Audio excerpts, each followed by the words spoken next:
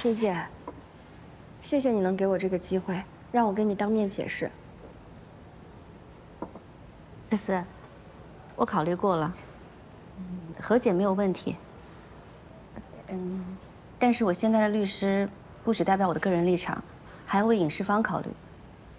为了不影响这本小说的影视改编，他们要求你在道歉声明中承认自己不仅发布过污蔑我的长微博，也曾煽动水军攻击过我。我没有啊，学姐。啊，我也知道发这样的声明确实是挺难为人的。但影视制作公司的意思是和解不成就继续起诉。可是学姐，我真没要故意攻击你。我当时发那篇帖子的时候，是因为我真就是那么以为的。我那时候也不知道你就是温香啊。后来那篇帖子它自己发酵到那么高的热度，跟我真没关系，那就是网友自发的行为。思思，网络不是法外之地，做过的事情都会留下痕迹的。你就算现在不承认，等之后调查起来也会被发现的。咱们呢都是一个学校出来的，你是我的师妹，我当然不想把事情闹得太不好看。那学姐，你能不能先撤诉啊？你看你撤诉了以后，还是可以找律师把事情查清楚，咱们庭下和解，和和气气的，这样不是很好吗？这倒也是个办法。可万一我撤诉了，有心怀不轨的人给我挂一个心虚的名头，再怂恿写诗人起诉我的话，那可怎么办呀？学姐，你是不是想太多了？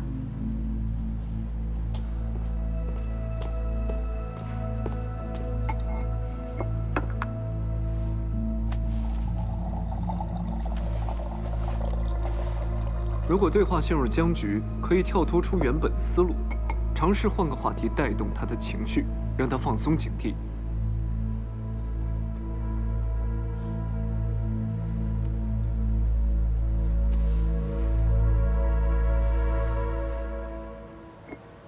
思思，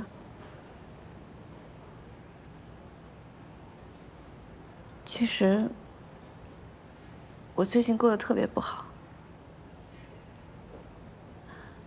我知道，以现在的这种情况，别说影视版权卖不出去了，再这样下去，网站跟我解约也是分分钟的事儿。怎么会呢，学姐？你可是网站的摇钱树。现在作者一茬接一茬，很快的。等我被清河网踢出了局，别的网站肯定也不会再签约我了。学姐，你多虑了。就算真有那么一天，至少石灿他肯定不会袖手旁观的。毕竟你当年在学校那么关照他，对吧？他现在那么忙，不会顾得上这种小事儿的。我本来还想，只要真的是你买的水军，有石灿这层关系在，至少我还可以求求你。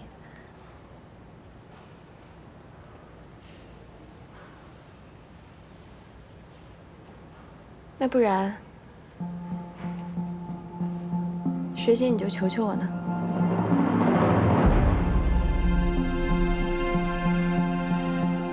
真的是你？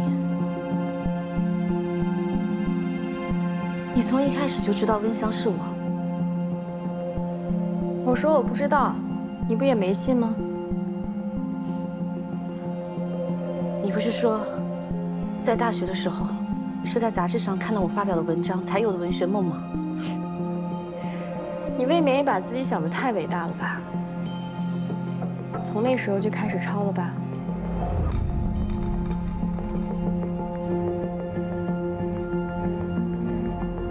一篇抄袭的文，凭什么数据那么好？我就是想让大家看见真相，就是没想到，学姐你也太不堪一击了。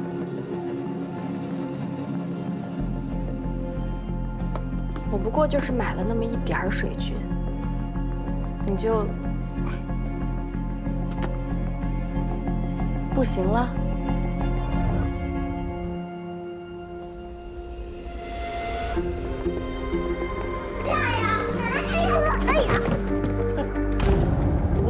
姐姐，对不起。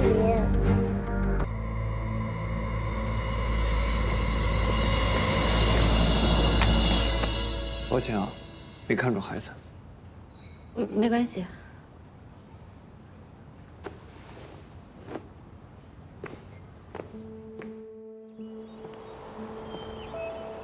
我发现陈思思很多社交媒体上的照片都是模仿你的。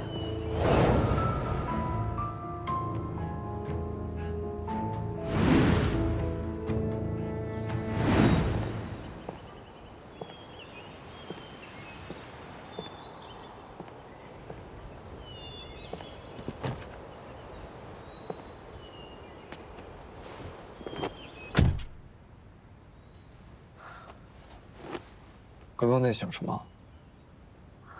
许律师，幸好你刚才眼疾手快，不然我差点就露馅了。表现还不错。我的演技，是不是能上8点档啊？够糊弄外行的。意思他是内行，那我这演技在他面前，陈辉，一会儿你送一下阮小姐，记得把录音备份给她留律。好。许律师，你不回律所吗？对，我要去机场了。你是现在就要飞回美国啊？嗯。那你这一次是专程为了我的案子飞回来的？在阮小姐眼里，我是这么闲的人吗？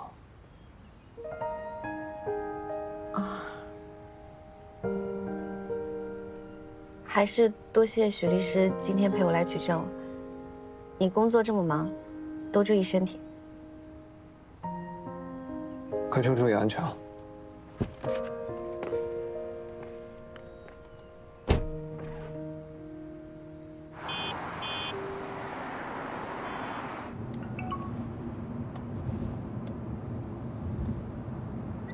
学姐，刚才是我情绪失控了，说了很多违心话。其实我没做那些事儿的。你还在南湖附近吗？这是反应过来被录音了，来找补了吧？